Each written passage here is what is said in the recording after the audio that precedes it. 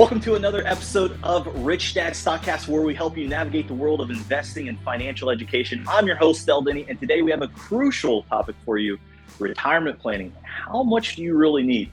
Before we dive in, a quick reminder to like, subscribe, and leave your comments below. We love hearing from you, and your feedback helps us bring you more of the content that you want to hear. So don't forget to visit stockcastbonus.com for your free access to valuable educational resources to boost your financial knowledge. Joining us today is Rich Dad expert Andy Tanner. Andy, welcome to the show. Del, thanks for having me. Excited for this new season, and it's so good to be with you. We've known each other for so long, and you've just been such a great. Your passion for personal development is second to none. And as I've watched you over the last 2 decades, you're all about learning and getting better. And so you're the perfect person to really have and to host this show. So it's just great to be here with you, man. It's great to be with you as well. Thank you for that. I really do appreciate that. Now, like you said, we've known each other for going on 2 decades, almost 20 years, which is crazy. So I met you when I was in my early 20s. I'm in my 40s now. As crazy it is to say that out loud. But as I'm thinking about the next 20 years, I'm thinking about retirement, right? And this is such a great topic, and I can't wait to get your take on this. But what would you say are the main factors to consider when determining how much money you really need for retirement? This is such a killer question. And, I've written books on this with 401 Chaos. This is one of the passions that I have because it's such a problem and so many people are in trouble.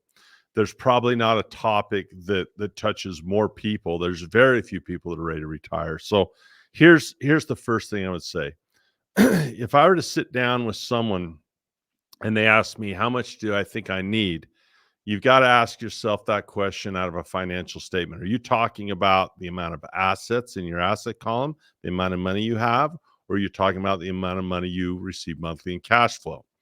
And the second of those two ideas is the most important.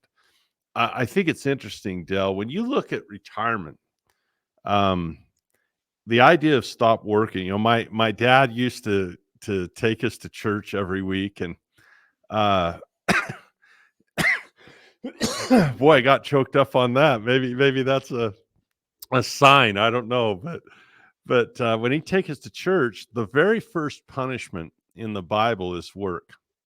Adam and Eve eat the apple or whatever, and they're banished from the garden. And he says, by the sweat of your brow will you earn your bread every day of your life till you return to the ground, because, you came from the dust, and the dust you'll return.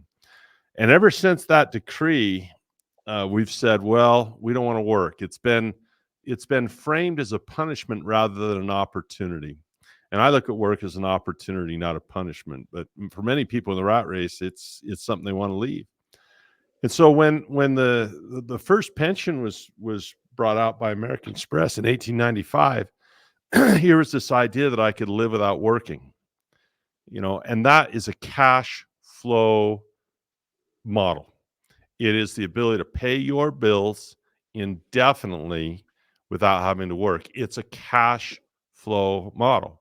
So that's a long answer to your question about what to think about, but you got to think about cash flow. When a 401k, we might get into this, I don't know, but a 401k, that's an hourglass that can run out. So whatever retirement you want to do, you want it to be cash flow based. That's the first thing. Cash flow above expenses. That's number one. Well, 100%. And, thinking about, the rich dad mentality, financial freedom occurs when passive income meets or exceeds expenses, right? But Yeah. I think where a lot of people go wrong is they don't know their expenses. They might know how much money comes in, but they don't know their expenses. So how does someone estimate their retirement expenses accurately? Well, you can go to my website, or you can send us an email and ask for our calculator. We have a free one that we give out where people can actually figure this stuff out. We have a whole calculator on the whole thing. But I will tell you, my wife and I have a meeting on Sunday. It's at 11 a.m. and it's a very important meeting. Sunday's the best day for us to do, we found, where we have a meeting every week. And I would invite people to do that, because if you want to have a good wealth plan, a wealth blueprint, you start the journey with where you are now.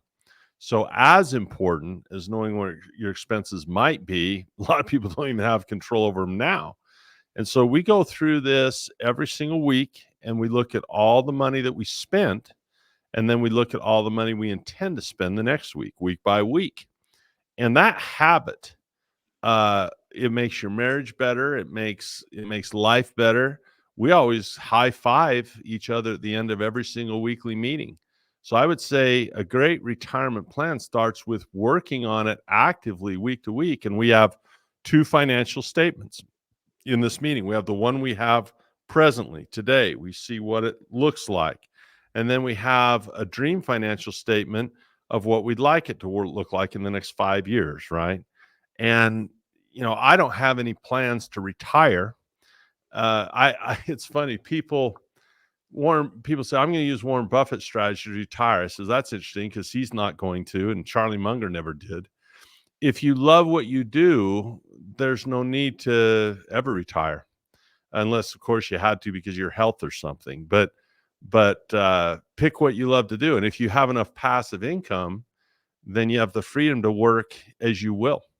But whether it's a 5-year increase like us, or maybe you're trying to get out of the rat race like someone else, either way, having a financial statement of today and then having your dream financial statement of tomorrow. And there's 6 numbers that you go through at a minimum. It's income, expenses, cash flow, asset, liabilities, net worth. And you set a goal for each of those numbers each week. How do you want to tweak those numbers?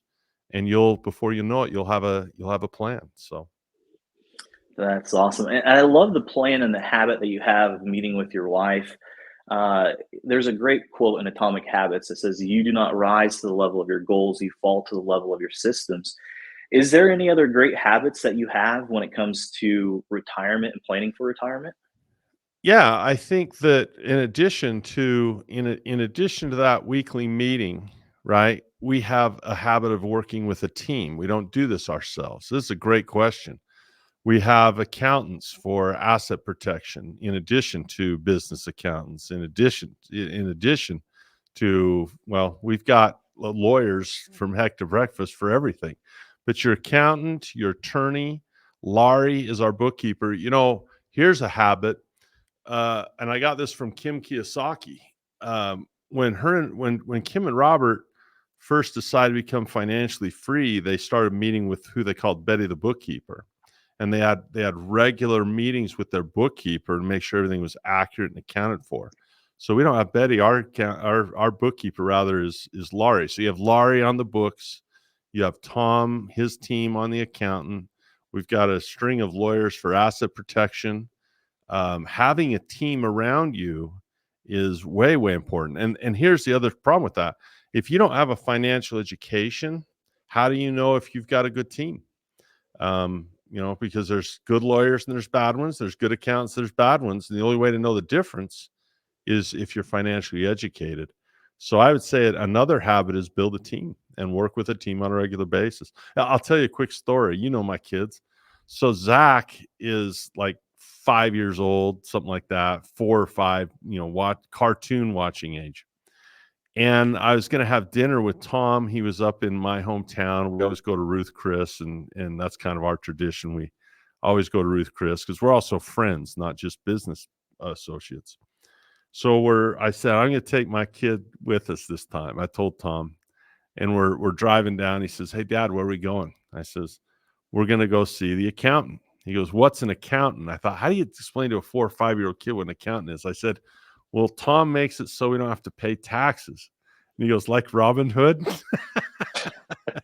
And I said something like that. 2 weeks later, this was in the Obama years. 2 weeks later, he sees Obama on the tube. He goes, "Dad, who's that you're watching?" I go, "That's Prince John." That's funny. So I involve my kids in that as well. They know what our net worth is. They know what our cash flow is. They know the whole thing. I don't put them in the meeting every week, but we do involve them because we want them to learn as well. So yeah, that's another great habit. Have a team for sure.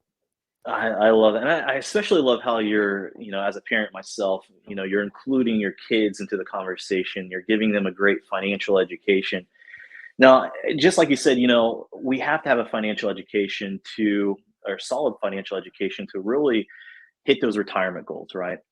And I think a lot of people default to Social Security and pensions. What's the role between Social Security and pensions today? Well, you can have Social Security or personal security. And if I had a box that said Social Security and a box that said personal security, which one most people choose? I'm not a very quotable guy, I don't think, but one thing I've heard people repeat that I've said is that there is no government program that has the horsepower to overcome poor personal policy, and there's no government program that's terrible enough that it could stop a strong personal policy. In other words, when a person looks to the government as they become dependent, and that means the government decides the lifestyle. They decide what Social Security will be. They decide what Medicare will look like. They decide. And so the quality of your life is now dictated by a big body.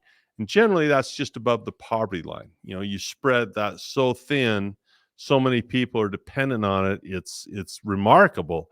As a matter of fact, I don't know that it's tenable long term. For example, if you look at our budget, ours meaning my home country, the United States, there's a section or a category that includes pensions, Social Security, medical expenses. This is just money that is given to people to pay bills. That's it. That's the purpose. And they call it income security. There's a huge swath. Over half the budget is to give people money so they can live and have health care. Half of it over it. And so, that's a rough way to try to, as that pie grows and more people dependent, they're gonna have less of a lifestyle. So Social Security, is it gonna be around? I don't know. I mean, who's to say? But I don't believe that the question is whether it's around or not is nearly as important as, do you want to live on that? Is that something you choose? So the role of Social Security is, uh, if you want to have it and it's there, great. But I think it'd be great for supplementation, maybe for some people, but it isn't something I get excited about. I much prefer personal security over Social Security, personal programs and personal achievement over, social ideals that can't be done. So, what role does that play in my life? I don't put it in the I don't put it in the plan. Let's just say that if it's there and I get some, I don't. In fact, tell you the truth, I don't even know the rules of it. That's how far disconnected I am from Social Security and stuff like that. I agree. I think of, even if it's there, when it Yeah, comes to retirement. it's such an important thing, Dell. There's an electricity of being your own guy. There's an excitement when you get up in the morning. You're like, man, I'm going to attack this thing, man. I'm going to go build business. I'm going to buy assets. I'm going to learn things. I'm going to keep progressing. It's an exciting life. These I've seen these guys on YouTube saying, I don't want to go to work anymore and the government, but their energy is so weird to me. The idea of dependency, I love my dad and I love my mom, but what 18-year-old doesn't want to get out of the house and have independence? Hmm. So you're going to get out of your parents' house to move in the government's house, have them tell you what to do? No one likes to be told what to do. We want to do what we want to do. And as long as we don't hurt anybody else, go do it. And so the idea there's just so much complaining. The government needs to be this way. Government, I'm not smart enough to know how other people should live. I'm not smart enough to know how to tell people how they should live. I just know how I want to live. And that independence and that excitement gets me up. And I just think it brings more goodness to a person's life. So Social Security, personal security, I'll choose personal every time. Absolutely. Absolutely. Well, let's do this. Let's go to break. And when we get back, let's get into some more strategies on how we can build our retirement portfolio. So let's go to break. Andy, thank you. So far, it's been great. I needed a source where I could really enrich my education through stocks. I didn't really have an avenue for it, and it's helped me a lot. The simplicity has really gotten me on the track to where I enjoy the learning as well as it's really solidifying in my mind. And like, they're not just trying to sell you something, they really care about the people that are in the course, and they really do care about you and your personal goals, and what you want to do is to help you and your family and whatever your goals are in life through that. So it's really been great. Well, welcome back to our episode of the Rich Dad Stockcast, where we help you navigate the world of investing and financial education. Again, I'm Denney. Before we get back into our topic today, just a quick reminder to like, subscribe, and leave your comments below. We love hearing from you, and your feedback helps us bring you more of the content that you want to hear. And don't forget to visit stockcastbonus.com for your free access to valuable educational resources to boost your financial knowledge. Now, as we get back into talking about retirement, I want to shift to the generation that's coming up. Okay, as you think about your boys, right, your kids, you think about the youth of today. How important is it to start saving early for retirement, and what strategies should young professionals consider? So there's a great documentary. I think HBO put it out on. It's called "Being Warren Buffett" or "Becoming Warren Buffett." And Buffett really became obsessed with the idea of compounding. And he said this more than once. He says, if you have higher than average intelligence, he says, take those extra IQ points and see if you could sell them, because you don't need them. He said, it's much more about temperament and discipline and being intelligent. Thank heaven for all of us. But that compounding, the importance of starting young, it's a life changer. Go to any compounding calculator, put in any amount of money you want to start with and any interest rate you want to start with, and just break it up into decades of time. And, look at the first 10 years, the second, the third, and just take a few decades and then just pull the last decade off, and you'll see what happens with that hockey stick. So that tells us that one of the things I drove home in my kids, and I hope it sticks, is the importance of starting as early as possible. Those habits of investing and accumulating assets is a huge thing. And so my kids, they write their covered calls each month, and they pay attention to it, and they have a part of their brain always that is working towards that project in the future. We'll see how they do. They're both still at home. So when they get out in the world, we'll see how they do. But I can't. It is difficult without the exercise to fathom how huge that last 10 years is. And the sooner you start your first 10, the bigger the last 10 are going to be.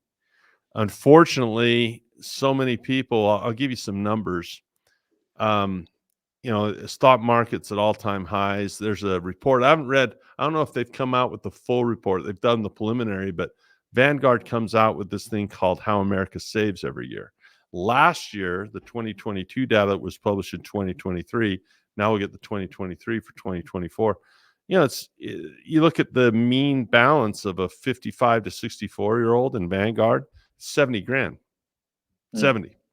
So not only do the young people need to start early, the older people, they got to catch up. They've got to do drastic things, not just small things, drastic measures to catch up. It's a big deal. So let's say I am in my 40s or 50s or 60s, and I'm just now realizing that I can invest. I can invest in the stocks. I can invest in real estate. What advice would you give to someone that's just starting off? And maybe it's no fault of their own. They just weren't around financial education, but now they read Rich Dad Poor Dad. They're ready to invest, but time has, father time has ticked a little bit. What advice, what counsel would you give? If they're behind, I would say you got to learn atypical things. To get atypical results, we do atypical stuff. One of the blessings I have is my wife. I'd probably be the worst guy to be married to, you can imagine. I mean, if she ever learns what an exit strategy is, I'm toast. She'll be gone. But one of the things that I just love about my wife so much, and it's just so blissful, is that she understands that we don't want to be typical, that we do stuff and try stuff that most people, they look at us and they think we're absolutely nuts in how we raise our kids, in the stuff we read, in the attitude we take, and some of the moves we make and things we do, the risks that we take and manage. They seem outlandish and bombastic. They're absolutely atypical. And so I would say that if you're in a rough spot and you are behind schedule and you are older, you're going to learn atypical things. You're going to take atypical classes that most people don't take in college. You're going to have mentors that most people don't have. You're going to have that weekly meeting that is not typical. It is not typical for the average American household to have a meeting every Sunday or once a week on their finances. It's just not done. And a lot of people don't know how to do it. So I would say, if you're listening to this, think about the opportunity to be different than everybody else. Think about the opportunity that's yours to wake up in the morning and you can learn anything you want to learn today. You can start today with a whole new idea of financial education. My sons are out of school now, but they're studying things that they want to learn, not because the norms are to go to school and try to get an A. There's things they are studying that they care about independent of school. You have an internet, you have guys like us, guys like friends of mine that are teaching what we know all the time. And these investments are nominal in terms of time, energy, and money. So I would say that's the first advice I'd give. Be atypical. Learn atypical things so you can do atypical things.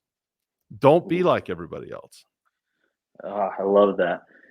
Now taking age off the table, as we're thinking about investment vehicles, what would you say? What are some of the best investment vehicles for building your retirement portfolio? Well, we have 4 asset classes. We have real estate, we have business, we have paper assets, which is just a form of both businesses and debt. And then you have commodities. And each of these play a different role. And it's so important to understand it. Like gold is a capital gain play if you're going to try and buy low, sell high. That's rough. Great play for a hedge. If the dollar were to crash, you got a little gold, to see you through. Cash flow's king. So to understand those 4 asset classes, when it comes to real estate, I can't remember who said this. It might have been in the old Russ Whitney commercial 1,000 years ago, but I think he said something like this. He said, what if all you ever did was buy one more house? People buy one. A lot of people buy one. What if you just bought one more, just did it one more time, and you had renters in there that paid it off for you? What a life changer that would be for, some of our parents. My wife has lost both her parents. And I just think, what would have happened if they would have bought one more house? How much easier would life have been if you just had one more house, growing? I mean, now if you're in California, there's your $1 million, gets paid off. There it is. And so real estate's a big one. What if all you did was, get out of the 401k crap, quit paying those? And what if you just wrote covered calls in addition to your dividend? What if you just did that and you compounded that and you learned that one skill, just that one covered call, cash secured put option skill, stack that on top of a nice dividend stock and just compounded that without your life? Now, this is not elaborate stuff, but it is atypical. Most people don't have more than one house, and most people don't know how to write a covered call. And these are these are simple things to learn, and they'd be life-changing, let alone the way fun stuff and the more advanced stuff that you could do to catch up. So those are the assets, real estate. Start a business. You live in America, for crying out loud, or probably someplace similar if you're within the sound of my voice, where you have freedom in your society and you can start a business and you can, serve people.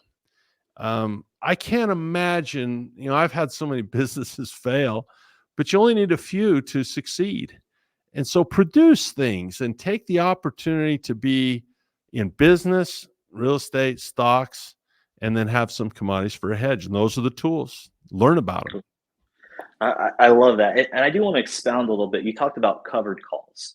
And I don't think a lot of people know what covered calls are. What are the benefits of covered calls? What does it do? They're fantastic. You want to learn about them, go to stockcastbonus.com. We'll give you a whole, we can give you a day of training on that stuff. covered call is really simple. It's where, have you ever seen the movie The Godfather, where he says, we're going to give an offer they can't refuse? One of my Well, favorites. I have some stocks. Like, for example, I have some Apple. So let's say Apple's at, 215, 220, wherever it is, right around here, right? Do I think it's going to go to 400 tomorrow? No, I don't think it's going to double tomorrow. So I can analyze the stock and say it's here. And I say, you know what? Next month, if it gets here, I promise I'll sell it if it gets here. Hardly ever does. But they'll pay me for that promise. They'll pay me for a promise to sell high. They'll pay me to find a very improbable price, an improbable price for it to hit to. Well, if it does, great. Maybe I'm happy to sell it and I buy it back in, or there's things I can do to hedge it, or, whatever I want to do. It's education. But the basic idea is you can get paid for promising to buy low, and you get paid for promising to sell high. And most, like an insurance company, they get paid for promises, right? Like, you probably paid someone to make you a promise that they'll fix your car if you wreck it. Well, how many months do you go without wrecking the car, and they just keep that cash? That's the basic philosophy of it. And for people not to know how, if you own stocks and you don't know how to do that, you're leaving money on the table, in my opinion. And the compounding, the adding that little rate to your compounding over your life, I think it's massive when you do the math. I think it's crazy that people wouldn't know how to do it. So go to stock. I'll give myself a plug. Go to stockcastbonus.com and take a day and learn this stuff. Take one day out of 365 this year and just really spend it with us, and really learn it, rather than just a half hour here and there. Take a full day and learn it. Take a full day. It's a fun day. It's not like school. It's a lot more fun. I love that. When you taught me about covered calls years ago, that was such a game changer for me. It just that analogy that you gave Big was time. spot on. Yeah, it's seriously such a game changer. It's just people aren't aware of it. So I'll plug it as well. Make sure you go to the website, take a day of it. It's that strategy is worth its weight in gold. Now, as you think about retirement and you're building your retirement portfolio, how do you balance between growth and security? Right. And especially with age, right? We want to be Yeah. secure. We don't want to be too risky. How do you balance that when you're growing your retirement portfolio?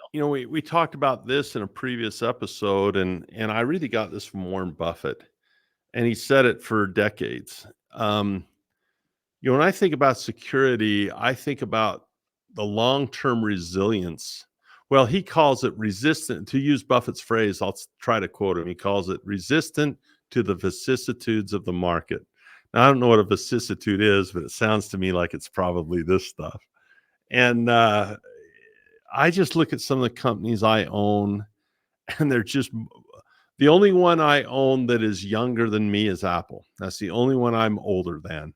Hmm. Every other company I own has been around long time before me. And I think about, like, I have a utility company that's just crushing right now, and it sells electricity. Now let's think about that for a minute. What industries am I, how secure is that? Okay. Well, that electric company is, first, it's an AI play, because you can't have AI unless you buy electricity from me. It's a Bitcoin play. It's a crypto play, because you can't have, maintain, or buy or sell, even own your crypto without my electricity.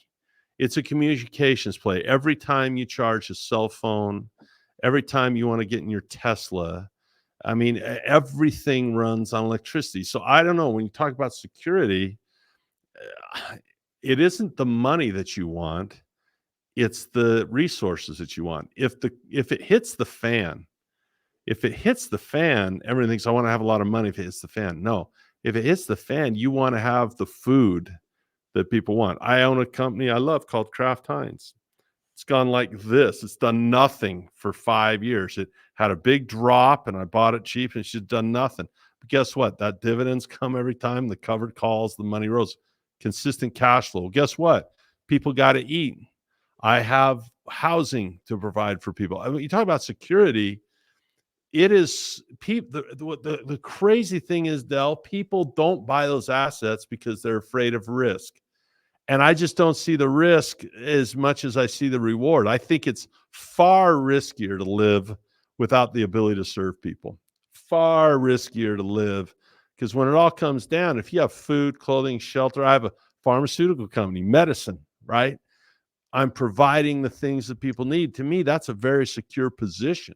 Now, if the prices of these things move once in a while, so be it. I get a Zillow report all the time on all the properties I own. It sends me, on the single family home stuff we have. Zillow's always telling me if the price went up or the price went down. The rents are solid. They don't move. So to me, the balancing security, I don't really care. The capital gain stuff, the net worth kind of just grows on its own. But as we said at the top of the show, cash flow is king. If you have a passive income above your expenses, what do you care what your net worth is? If you have a passive income above your expenses, what do you care what your net worth is? The only reason I'd care is I'm curious about what I'd leave to my kids as a legacy. Other than that, what do I care what my net worth is? I'm not going to use it for anything other than cash flow. So to sum it up, how much money does a person need for retirement? Passive income above expenses. That's what they need. That's why we call our company the Cash Flow Academy. And that's what the Stockcast is all about. I love it. I love it. Any last, as we're coming to, kind of the top of the hour here, any last bit of advice for people that are trying to retire? Anything that you've gone through that you would like to impart, maybe some lessons, strategies to help them also with their retirement? Well, Del, you understand this as well as anyone I know. You live in the personal development space, right? And when someone wants to get better at something or they struggle with discipline in their life or whatever, you're kind of one of those go-to guys. And I would say that that's bigger than anything else. There's this idea called be, do, have. You can't have things without doing things, but you can't do things unless you become somebody. I can do surgery, but I'm not a doctor and the surgery wouldn't go well. So I have to become a doctor to do the surgery, to have the patients and the results of that. So I would just say, evaluate your opportunities for personal development today as you listen to this podcast. I would think less about the retirement problem and the deficits there and think, how can I improve myself in terms of my temperament, my discipline, my education? Then those other things, you got the horsepower to take care of those things. So fantastic stuff, Del. I've enjoyed this so much. I can't wait for this new season of Stockcast. So I'll tell people, as I'm sure you remind them, hit the bell, like, subscribe. They know how to do all that stuff. And we do read the comments. So just grateful for everyone that pays attention. We hope we deliver value, and not just education, but inspiration and appreciation for these topics.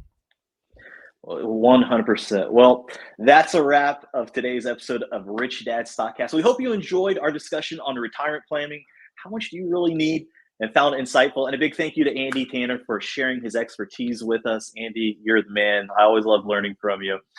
And remember, whether you're just starting to save or nearing retirement, the key is to stay informed and educated. And speaking of education, don't forget to visit stockcastbonus.com for free resources that can help you on your financial journey, like learning about covered calls. So if you enjoyed today's episode, please make sure you like, subscribe, and leave us a comment. Your feedback helps us improve and bring you more of what you want to hear. So share this podcast with your friends and family to help them make better financial decisions too. So thank you for tuning in to Rich Dad Stockcast. Until next time, stay smart, stay invested, and take control of your financial future. I'm Del Denney. We'll see you on the next episode. This podcast is a presentation of Rich Dad Media Network.